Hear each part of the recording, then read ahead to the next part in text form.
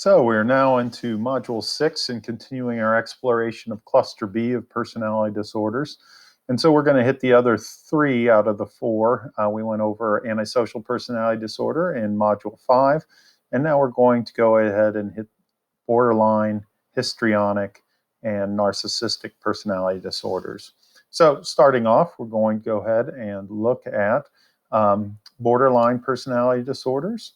And what we see here, and the essential feature, is this pervasive pattern of instability in mood and interpersonal relationships. So that is going to be the hallmark here. And one of the things that you see often in those who have borderline personality disorder is the issue of splitting. And so you either see people as all good or all bad, and it's not necessarily consistent across people. So you may start with somebody that you see as all good, they do something, and with somebody who's borderline, then you become all bad because of that. So splitting is also something you commonly see. It's very difficult for those who have borderline to be alone, so they tend to form very intense, unstable relationships with other people, and they're often seen as being manipulative. I always kind of think of it as a I love you, I hate you kind of relationships, and they become very intense quite quickly. So you can think in your own lives, if people you've seen engage in like relationships seem to be coming on really strong and everything's just great, and then all of a sudden it falls apart just as quickly. Odds are you have somebody that's probably borderline in that relationship. So some other characteristics that we see with people that have borderline, they have very rapid, oftentimes inexplicable kind of mood changes. Sometimes they shift from feelings of depression, feelings of anger, and then feelings of anxiety, just over kind of a pattern of several hours that you begin to see this. And then another diagnostic hallmark, and by that we mean things that we would be looking for when trying to diagnose borderline, is really difficulty in maintaining an integrated and coherent sense of self. In other words, who they are. And one of the theories behind it is that they are trying to seek out that sense of self and relationships with others, and yet never really fully succeed. So we really kind of keep an eye on that instability in mood with interpersonal relationships, and then also this identity disturbance as far as your real characteristic hallmarks there of the disorder. As far as the mnemonic here, what we see is the idea of praise. So paranoid ideas are for relationship instability, A for angry outbursts, affective instability, that's emotions, and abandonment fears. So it's very hard for people with borderline to separate from a relationship, even if they suddenly didn't like you.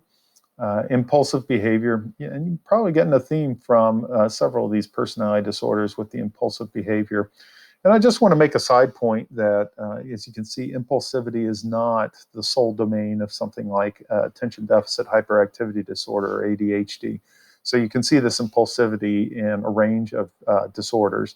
And if you think about it, being impulsive can create a lot of problems in life. So it seems to be a natural link to a variety of disorders. S is suicidal type of behavior, and E is just this feeling of emptiness. So these are some, once again, a reminder, these are mnemonics for various symptoms that you would see in the DSM-5 if you were trying to diagnose borderline. Borderlines are quite a challenge if you're going to be doing therapy with them. We'll talk about that in a sec.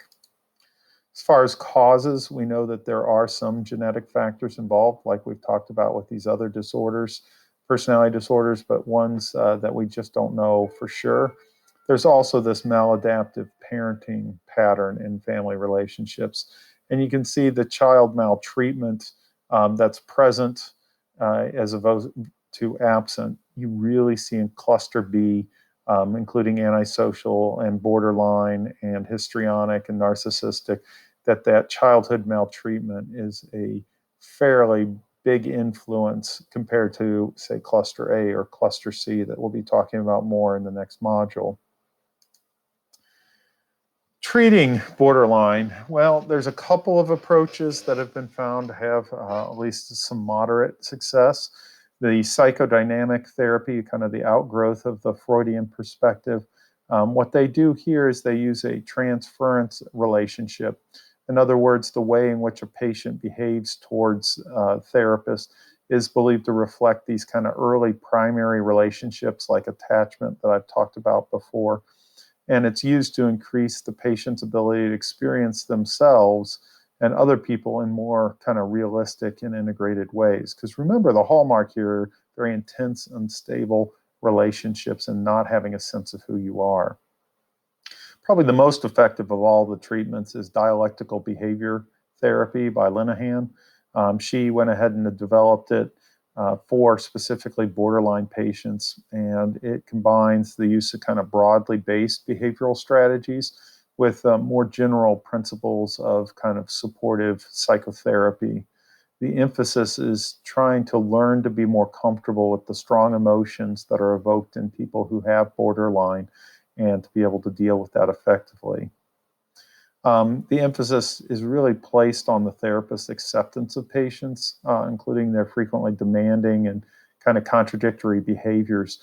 So those who engage in dialectical behavior therapy, you're going to be on call because you're supposed to be able to respond to any of their concerns of the patients, even if it's late at night and after hours. So, but it has been found to be effective. Here is an overview once again of some of the biological, social, and psychological influences, and then the types of treatment that are frequently used. You can see biologically there is some familial link, especially mood disorders. There could be some tendencies inherited like impulsivity. Social cultural, you might have some abuse history in the background. Of course, they have relationship problems. There may be some also really rapid cultural changes that may create or trigger some of these symptoms. They can be suicidal frequently and have erratic moods and be impulsive. So switching over from borderline to going into histrionic. Histrionic, in this case, it's a very pervasive pattern of excessive emotionality and attention-seeking behavior. So they really thrive on being the center of the attention if they can. They're self-centered, demanding, vain, really constantly seeking out approval from others. They want to be the source of attention. Now, this is going to show some fairly shallow emotions. They're going to be easily aroused and may overreact or react inappropriately in an exaggerated manner in situations. And that's kind of one of those hallmarks. It does overlap with other personality disorders, especially borderline. And you can see some of the hallmarks of borderline a little bit. You probably see a little bit of narcissism after we kind of talk about that in a second. So histrionic is going to go real close to what narcissistic, as we'll talk about here next. But before we get to it, the mnemonic for histrionic, you can see praise me. P for provocative or seductive behavior. Of course, that generates a lot of attention typically. R is relationships, where they consider maybe them to be more intimate than they really are. So they may have kind of inappropriate contact with individuals that they don't know at the same level that would be expected for that type of behavior. A is for attention because they got to be the center of it. I is they are very easily influenced if it allows them to get that attention that they want. S is for their style of speech because they want to impress. They may make bold and grand statements, but they don't really have a whole lot of detail. E is for emotional ability or shallowness, so they really don't have a lot of depth, and as opposed to just kind of over exaggerating those emotions. M is for makeup, so their physical appearance is used to draw attention to the self. So these might be very sexualized kind of people who want to draw attention to that fact. And then once again, the E for the exaggerated emotions, being very theatrical, over the top kind of behaviors. You're not going to miss somebody who has histrionic personality disorder. Here's the overview of the biological, social, and psychological influences, and it pretty much just reiterates what we were talking about.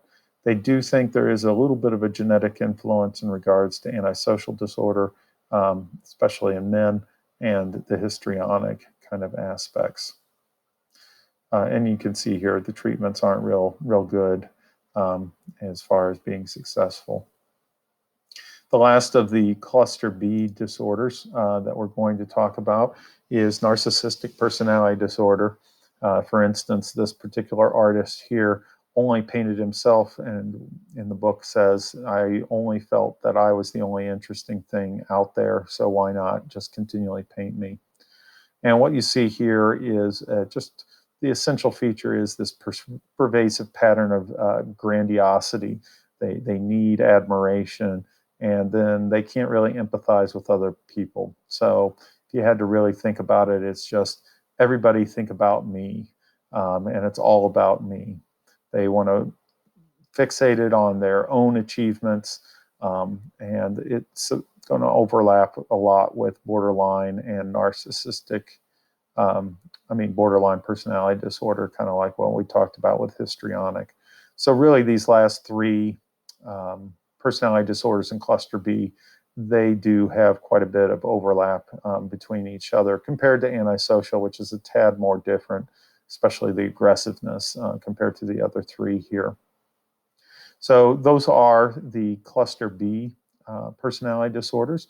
And what we're going to do in our final module for this chapter, in module 7, is look at cluster C. So go ahead and click on over to that, and we'll wrap up this chapter pretty soon here.